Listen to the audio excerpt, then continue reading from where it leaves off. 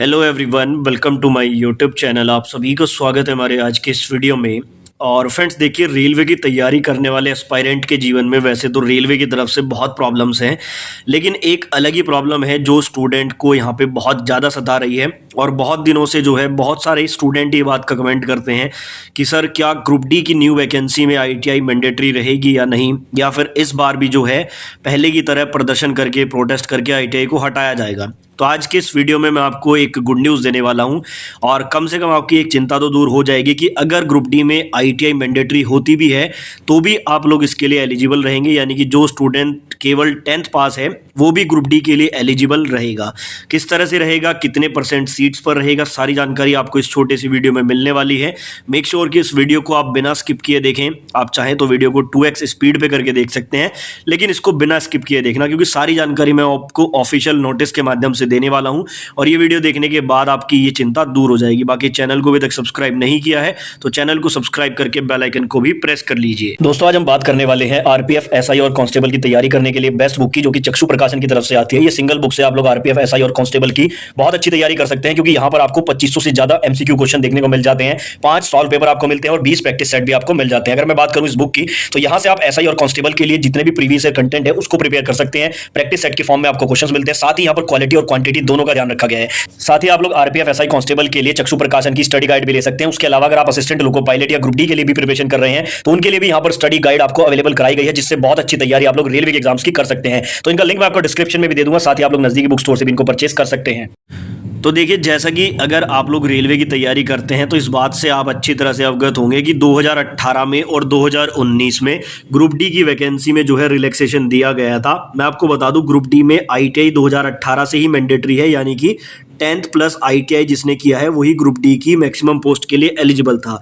लेकिन 2018 में प्रदर्शन के बाद इसको हटाया गया था। फिर 2019 में जब ग्रुप डी की वैकेंसी आई तब भी इसको रिमूव कर दिया गया था। लेकिन उसके बाद सभी ऑफिशियल वेबसाइट पर ये वाला नोटिस आपको देखने को मिल जाएगा। ये आज से नहीं, पिछले 4 साल से ये वेबसाइट्स पर लगाया गया है और उसमें साफ साफ ये बात लिखा गया है कि 2 बार जो है इस डिसीजन को विड्रॉ किया गया था। लेकिन फ्यूचर में जो भी ग्रुप डी की वैकेंसी आएगी उसमें 10th पास प्लस आईटीआई आपका मैंडेटरी रहेगा। ठीक है, अब यहाँ पर इस नोटिस के बाद बहुत सारे स्टूडेंट जो केवल 10th पास हैं उनकी चिंता यहाँ पर बढ़ गई, क्योंकि देखो मैक्सिमम जो स्टूडेंट हैं जिनकी प्रिपरेशन उस लेवल पे नहीं है या फिर वो हार्ड कंपटीशन में फाइट नहीं करना चाहते, वो ग्रुप डी से बहुत उम्मीद रखते हैं।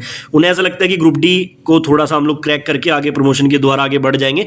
तो कुछ हद तक ये धारणा बहुत सही भी है। अब वो लोग यहाँ पर परेशान रहते हैं कि सर ग्रुप डी में आईटीआई रहेगा तो हम कैसे अप्लाई करेंगे। तो चलिए यहाँ पर इस मुद्दे को पूरा डिटेल में एनालाइज करते हैं और 15% सीट्स आपके लिए 100% रहेंगी, वो मैं आपको चीजें यहां पर क्लैरिफाई कर देता हूं। सबसे पहले तो आप लोगों को बता दूं कि इस बार जो ग्रुप डी में क्वालिफिकेशन का मुद्दा है ये थोड़ा सा जो है अलग लेवल पे जा सकता है, क्योंकि यहां पर जो रेलवे है वो इस बात के मूड में नहीं है कि आईटीआई को हटाया जाए। ऐसा मैं इसलिए बोल रहा हूं क्योंकि एक तो वेबसाइट पर नोटिस जो मैंने आपको दिखाया वो बहुत दिनों से लगा हुआ है, और अभी अगर मैं बात करूं तो नॉर्दर्न रेलवे की तरफ से एक वैकेंसी आई है स्पोर्ट्स कोटा की। ये स्क्रीन पर जैसे कि आप लोग देख रहे हैं स्पोर्ट्स कोटा की वैकेंसी आई है ग्रुप डी के लिए, बिल्कुल लेटेस्ट ही है। और इसमें जो ग्रुप डी की वैकेंसी आई है उसमें यहां पर इन्होंने जो क्वालिफिकेशन दी है तो आप लोग देख सकते हैं 10th पास प्लस एनएसी या फिर 10th पास प्लस आईटीआई। और यहां पर जो मैक्सिमम पोस्ट हैं civil, engineering, mechanical, electrical and SNT department, इन्होंने ये बोला कि इन डिपार्टमेंट के लिए 10th plus ITI, for other department 10th pass या फिर आईटीआई, यानी कि केवल जो 10th पास हैं वो अदर डिपार्टमेंट में अप्लाई कर सकते हैं। तो यहां से आपको राहत भरी खबर मिलती है कि अदर डिपार्टमेंट में आपको मौका मिलेगा। अब ये अदर डिपार्टमेंट में कितनी पोस्ट रहेंगी, कौन कौन सी वैकेंसी रहेंगी, वो भी मैं आपको बता देता हूं। उनका मेडिकल स्टैंडर्ड क्या रहेगा और कितने हद तक आपके चांसेस है कि वहां पर आप सिलेक्शन ले पाओगे। तो देखिए, सबसे पहले तो मैं बात करूं, अगर यहाँ पर ये 2019 का वैकेंसी टेबल है 16 आरआरसी का, 1,03,770 के करीब पदों पर यहाँ पर वैकेंसी आई थी। और अगर हम इसको यहाँ पर देखें वैकेंसीज की टर्म्स में तो 17 तरह की यहाँ पर वैकेंसी थी और ये वैकेंसी आप लोग देख सकते हैं। अब यहाँ पर जो है आप लोग एक चीज़ पर थोड़ा सा गौर फरमाएंगे तो असिस्टेंट पॉइंट्समैन के लिए 14,870 पद थे, असिस्टेंट ब्रिज के लिए 913 और ट्रैकमैन के लिए यहाँ पर 40,721 पद थे। हमें यहाँ पर मतलब है सिर्फ असिस्टेंट पॉइंट्समैन से 14,870 पदों पर। देखो, अब मैं यहाँ पर आपको चीजें क्लैरिफाई करता हूँ। ये है 2018 वाला नोटिफिकेशन जिसमें टोटल यहाँ यहाँ पर अगर देखिए 28 तरह की पोस्ट आई थी, जिनमें से अगर 23 नंबर तक आप देखेंगे, जो 23 नंबर तक पोस्ट हैं, ये सारी पोस्ट 10th प्लस ITI वालों के लिए रखी गई थी। हालांकि बाद में सभी को 10th के लिए कर दिया गया था, लेकिन मैं आपको दिखा रहा हूँ 23 नंबर तक। उसके बाद आप लोग देखेंगे यहाँ पर 24 नंबर पर है आपका हेल्पर मेडिकल, 25 पर है हॉस्पिटल अटेंडेंट, 26 पर है पॉइंट्समैन, 27 पर है गेटमैन और 28 पर है पोर्टर। ये वाली पोस्ट केवल और केवल 10th वालों के लिए आई थी। अब देखो यहाँ पर मैं आपको बता दूं, अगर यहाँ पर 10 प्लस ITI इस बार भी मैंडेटरी रहता है, जो कि रेलवे की मंशा लग रही है। हालांकि उस टाइम पर हम ये नहीं कह सकते, जब नोटिफिकेशन आए हो सकता है कि इसको रिमूव भी किया जाए, लेकिन अभी तक जो मंशा है रेलवे की वो यही है। उसके अलावा जितनी यहाँ पर पोस्ट बचती है हेल्पर मेडिकल वाली, ठीक है, हॉस्पिटल अटेंडेंट वाली, पॉइंट्समैन वाली, गेटमैन वाली और ये वाली, तो इनमें केवल 10th पास कैंडिडेट अप्लाई इस बार भी कर पाएंगे। अब सवाल यहाँ पर ये उठता है, देखो ये वाली पोस्ट लगभग रेलवे में खत्म ही हो गई है, पोर्टर वाली ये नहीं आएगी।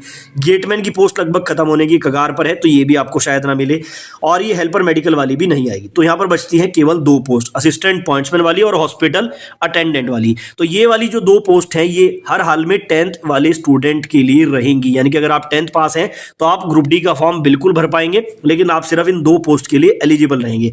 अब ये 2 जो पोस्ट है, इनका कितना रिजर्वेशन रहता है वो भी मैं आपको डिटेल में दिखा देता हूं। यहां पर मैंने ये बिल्कुल पूरा जोन वाइज भी पूरा डाटा निकाला है। तो देखो, सेंट्रल रेलवे की बात करूं तो सेंट्रल रेलवे में इस बार 1099 पदों पर पॉइंट्समैन की भर्ती थी और 112 पदों पर हॉस्पिटल अटेंडेंट थे।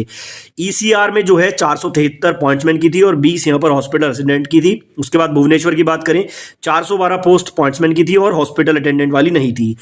ईस्टर्न रेलवे कोलकाता की बात करूं, 1027 पदों पर वैकेंसी थी पॉइंट्समैन की, 29 पोस्ट यहां पर हॉस्पिटल वाली थी।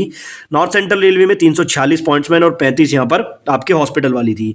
नॉर्थ ईस्टर्न रेलवे में 320 थे और हॉस्पिटल वाली 42 थी। नॉर्थ वेस्टर्न रेलवे में 936 थी यहाँ पर पॉइंट्समैन की और 40 थी हॉस्पिटल अटेंडेंट की। और गुवाहाटी की बात करूँ, 245 पॉइंट्समैन और 212 हॉस्पिटल अटेंडेंट। नॉर्दर्न रेलवे में 2425 पदों पर पॉइंट्समैन की सीट आई थी और 40 पोस्ट यहाँ पर हॉस्पिटल असिस्टेंट की थी। साउथ सेंट्रल रेलवे सिकंदराबाद 1949 यहाँ पर पॉइंट्समैन और 37 हॉस्पिटल अटेंडेंट। उसके अलावा जो बाकी के 6 जोन बचते हैं वो भी देख लेते हैं। South east central railway Bilaspur में 609 पॉइंट्समैन और यहाँ पर हॉस्पिटल अटेंडेंट की पोस्ट नहीं थी। साउथ ईस्टर्न रेलवे रांची में 410 यहाँ पर पॉइंट्समैन और 67 यहाँ पर हॉस्पिटल वाली। साउथ वेस्टर्न रेलवे हुबली में 741 पॉइंट्समैन, 134 आपके हॉस्पिटल अटेंडेंट। साउदर्न रेलवे में 1792 और वेस्ट सेंट्रल रेलवे में 380 और वेस्टर्न रेलवे में 1706 पॉइंट्समैन और बाकी इधर हॉस्पिटल असिस्टेंट की आप देख सकते हैं। टोटल अगर मैं बात करूं तो यहाँ पर 14,870 पॉइंट्समैन थे। सभी जोन में आप देख रहे हैं अच्छी खासी सीट्स आपको पॉइंट्समैन की देखने को मिल रही है।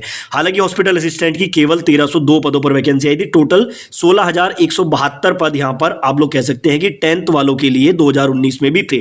तो अगर इसको परसेंटेज में निकालते हैं, लगभग 15% के अराउंड ये सीट्स निकलती है। अगर आप 2018 वाला भी डाटा देखेंगे तो उसमें भी लगभग इतनी ही है, 14 से 15% सीट्स। यानी कि आप लोग क्लियरली कह सकते हैं अगर यहां पर ITI मैंडेटरी हो भी जाता है तब भी 15% जो सीट्स हैं वो 10th वालों के लिए रहेंगी हर कंडीशन में, और अगर ITI हट जाता है तो सभी सीट्स पर आप एलिजिबल रहेंगे। तो इस बात को दिमाग से निकाल दीजिए कि अगर आप केवल 10th पास है तो आप ग्रुप डी में अप्लाई नहीं कर पाएंगे। बिल्कुल आप अप्लाई कर पाएंगे, आप 100% एलिजिबल रहेंगे और 15% सीट्स आपके लिए रहेंगी। कॉम्पिटिशन आपके लिए थोड़ा टफ हो सकता है क्योंकि ITI वाले सभी स्टूडेंट इन पोस्ट के लिए भी एलिजिबल रहेंगे, तो कॉम्पिटिशन तो आपको टफ मिलेगा, लेकिन आप इसके लिए एलिजिबल जरूर रहेंगे। और अगर आप मेहनत करेंगे तो एक सीट आप अपनी निकाल लेंगे, क्योंकि 15% सीट्स भी यहां पर कम नहीं है। आप इस बारे में क्या राय रखते हैं? ग्रुप डी में ITI मैंडेटरी होना चाहिए, नहीं होना चाहिए? विद रीजन आप लोग कमेंट बॉक्स में लिख सकते हैं।